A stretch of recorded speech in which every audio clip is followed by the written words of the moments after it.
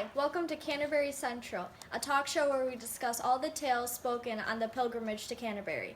Today's episode is about the Reeve's tale. With me in the studio, I have the miller and the miller's wife. The miller's wife will be in shortly. Hi, Miller. How are you? Is it okay if I ask you a couple questions? No, but go ahead. All right. To start off, where do you live? I live in Trumpington. It's near Cambridge. What is your profession? I'm a miller. I grind corn, I grind meal, I grind wheat, and I sell the darn thing. Oh, okay.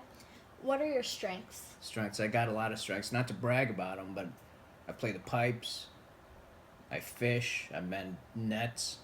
Most of all, I'm sly and clever. Oh. Now I understand you have a family. I do. What are they like? My wife, she's beautiful. She's of noble descent. My daughter, she's 20. She's also beautiful. And I have a 6-month-old son. Oh, congratulations. Do you feel bad stealing from others? No, I don't feel bad stealing from others, and in fact, I'm gonna keep on stealing. Okay. Why did you steal from the Manciple of Cambridge College? The guy's old. He was gonna die anyway, so I might as well have bumped up the price and got a little bit more out of him. So it's okay to steal from others that are sick? Yeah, they're gonna die anyway. All right. Well, next in the studio, we will have the miller's wife, so stay tuned for that. Hello, how are you? I'm good. How are you? Good, thank you. So, tell me a little bit about yourself. I'm the daughter of a parson who is noble. I grew up in a nunnery, and I am very pure. Oh, that's very good. And what exactly does your father do? My dad is basically a clergyman. He is very sweet. And why did you marry the miller? I married him because he wouldn't marry anyone who wasn't brought up right. I felt flattered that he wanted me. Now we're going to Laura, who is talking to John and Alan in their personal interviews. Thank you, Lauren. Now with me I have John and Alan, who are also in the Reeve's tale. How are you? I'm good. How are you? Good, thank you. So, are you both from the same college? Yes, we are. What college is that? The Solar Hall. Oh, interesting. I have more questions. Hold on. Tell me, why did you and Alan go to the mill to grind your corn? Well, it was because the Manciple from our college, she was robbed by Simpkin, and we were very angry because we were supposed to watch out for him. So. Interesting. And I understand that didn't work out? Yeah, when we were grinding the miller released our horses and they ran away. Wow. I'm so sorry. That's awful. What did you do? Well, we had to run them down and catch them, and it took a really long time. We didn't catch them until evening. Wow. Well, you heard it from them. Back to my twin sister Lauren, back in the studio. Okay. Why did you let the horses go? I let them go because they were preventing me from stealing. I didn't want people to get ahead of me. I wanted to get ahead of them. Okay. If you didn't want them to prevent you from stealing, why did you let them stay the night in your house? I didn't want them wandering around at night. Okay. Do you regret that decision? Nope. Okay. Were you and the others drinking that night? Yeah. We might have had a little bit too much. In fact, when my wife and I got back, we fell asleep right away. Okay.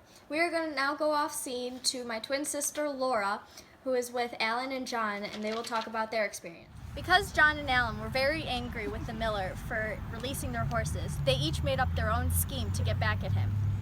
So, do you mind telling me your account of what happened with your affair with the miller's daughter? Sure. So everyone went to bed, and the wife and Simpkin one, and the daughter in the other, and Alan and I were in the last bed. And I waited until everyone fell asleep, and then I snuck out of our bed and peeked over to the daughter's bed. I was too close before she had the chance to make a sound, so then I had relations with her, and it was amazing. Then I mistakenly got into the wrong bed with the miller and told him all about the events, and he woke up and cursed me out. Wow, that's very interesting.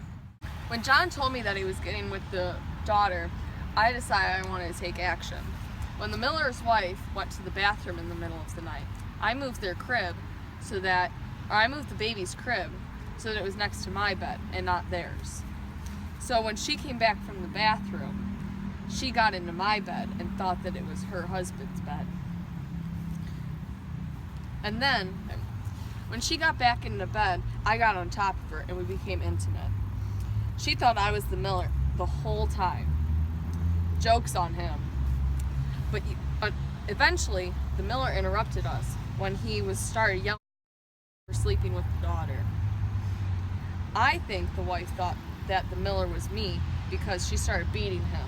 It was actually hilarious. Now back to you, Lauren. Thank you, Laura. Now that you heard it from them themselves, how do you feel about their schemes to sleep with your daughter and your wife? That got me mad. How dare they come into my house? How dare they disrespect me, my family, my wife, my daughter? It affected them. What they said and did was so vulgar. That is true. I understand you are very jealous when other men are around your wife. How exactly did it feel to know that another man was with her? How did it feel? I hate it. I hate when men look at my wife, and I hate it knowing that she's my property and that somebody else was with her. Property. If you would have known that they would do this to your family, would you have let them stay in your home? No. No? I wouldn't either. Next, we will have the miller's wife coming up, and she will tell us about her experience. Now that we heard from the miller about his reaction to the schemes, how do you feel after hearing about the schemes that John made? I am so insulted. They took advantage of me because we were drunk.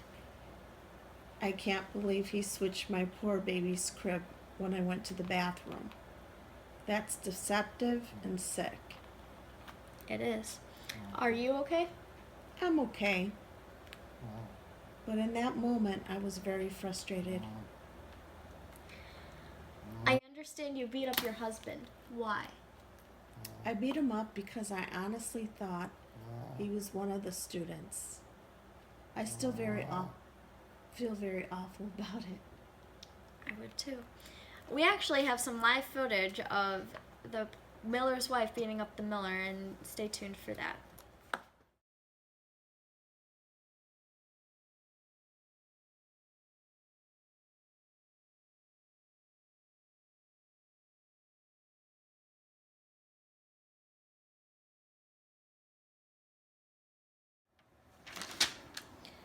Wow, that video is very shocking. Tell me about that experience even more with your wife beating you up. Well, it hurt. She kept hitting me, and it hurt bad. But I don't blame her for trying to protect herself. But it hurt. Did it hurt more when Alan and John hit you or when your wife did? It was blur. They blurred together.